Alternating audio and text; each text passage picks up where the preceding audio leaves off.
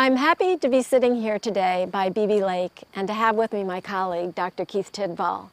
And today, Keith and I are going to tell you the story about how we came up with the term civic ecology.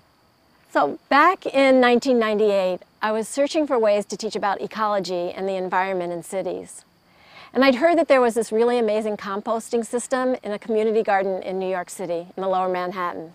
So my husband and I drove down to Lower Manhattan, and I got out of the car, and I entered into the Open Road Community Garden, and I saw a greenhouse, a small greenhouse there. And there was, in fact, this compost system, and it was heating the greenhouse.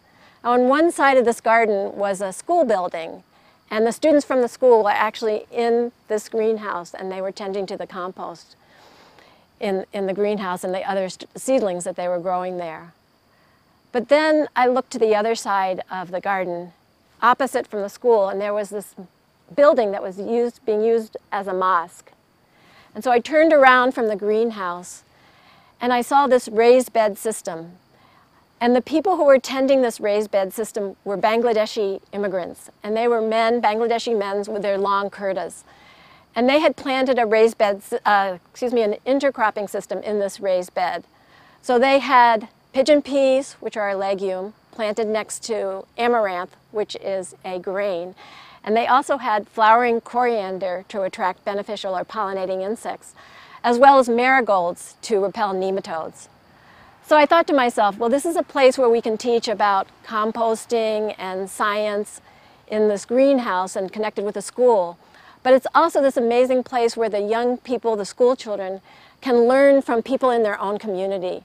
And people who bring to this garden not only their practical knowledge, but also their rich cultural heritage of planting practices and how they relate to their cultures. And that was the inspiration that led me to start the Garden Mosaics program. So as you know, I was fortunate to obtain funding from the United States Department of Agriculture and from the National Science Foundation to implement Garden Mosaics. And so back in 2002, I hired you, Keith, to lead the implementation of the Garden Mosaics program. Now, Garden Mosaics, as you also know, is a science, education, and a community action program. So as the kids are learning science, they're also contributing to the gardeners and to their community through this community garden. And when we were working together to implement the program, we were really lucky in that we got to travel a lot. So we traveled to Toronto, we traveled to Chicago, and we also went to Johannesburg in South Africa. And wherever we went, we would visit these community gardens. And we noticed that there were a lot of refugees who were the gardeners. And they often talked about community gardening as part of their recovery or their resilience from the hardships that they'd faced. Right. When I first began working with you on Garden Mosaics, I started noticing that community gardens sometimes played a role in people's response to tragedy and sudden change or disturbance. And that it also played a role in their hopes for a better future. And I saw this in New York City with you, and also as a response to 9/11, and as a response to gang violence in tough neighborhoods that we found ourselves in sometimes. And I also saw it with military veterans who were struggling with reintegration, and as someone with both military and disaster response experience, I found that intriguing and exciting. And so for a few semesters, as you remember, I taught a service learning class that explored these therapeutic aspects of community gardening in more detail, particularly in New York City. So when Hurricane Katrina hit New Orleans, and I was asked to become part of a team to think through a green disaster response, I expected to find community gardens, but instead I found people really getting into tree planting. Yes, I remember that, and I remember being really, really fascinated to hear what you had learned about in New Orleans. And then we started talking about the implications of these findings, your findings, and also our collective work, our cooperative work in community gardens. And we started to ask ourselves, is there some broader phenomenon at work here? People turning to planting as a means of recovery for themselves and for their communities and the environment. Yes, it was really exciting to do applied research and to be a part of the rebirth movement in New Orleans, which eventually included not only tree planting, but all sorts of urban agriculture and urban greening activity that became part of the larger reclaiming of the ecological and civic life of New Orleans. You know, one of your strengths is your ability to read about theory and then apply theory to real-life phenomena. So you probably remember I asked you to think about a theoretical framework for what we were observing in community gardens across the US and South Africa and Canada, and also in the tree planting groups that you were working with in New Orleans. Yes, that was a challenging request, but one I'm glad that I accepted. From the beginning, or from the outset, I knew that we were observing, or what we were observing, got its main strength and its power from the combination of the social and ecological elements that were at play. And that any efforts to sort of parse those or divide or separate those conceptually would send us down the wrong track theoretically. So thankfully, my training in ecological anthropology helped in that I quickly recalled the work of Gregory Bateson, which led me into sort of fascinating pathways, cybernetics, systems theory, and eventually social ecological systems resilience thinking. And I delved into this literature and started creating my own sort of theories on top of that layer in hopes that it would help us develop a theoretical framework for our work. And it has, I think, on a number of levels.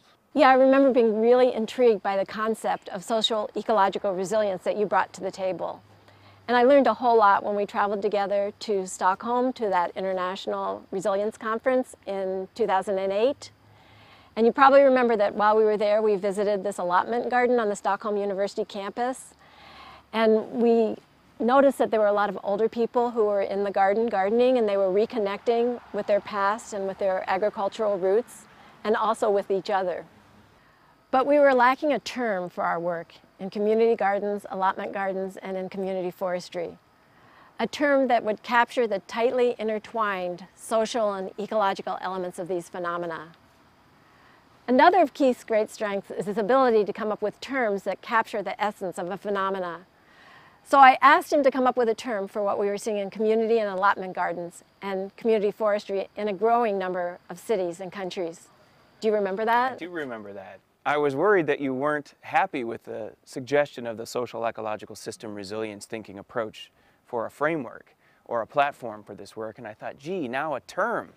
I might find myself backed into a corner here pretty easily if I don't know what I'm talking about.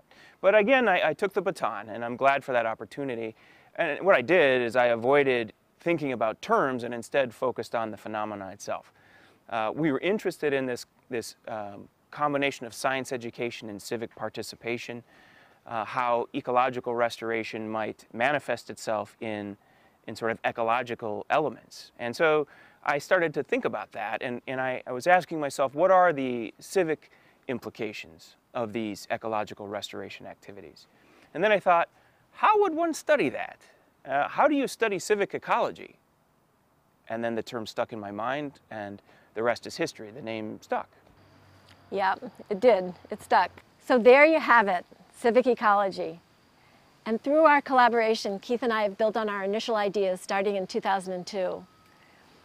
We've explored civic ecology and its multiple applications as a means to help veterans reintegrate into their communities following war, as an approach to environmental education, as a means to counteract vicious cycles of poverty and environmental degradation, especially after disasters, and as a means for people to remember and reimagine places and leave a positive legacy for those places. And perhaps most importantly, we've examined civic ecology for its contributions to individual and personal resilience, but also larger social ecological resilience.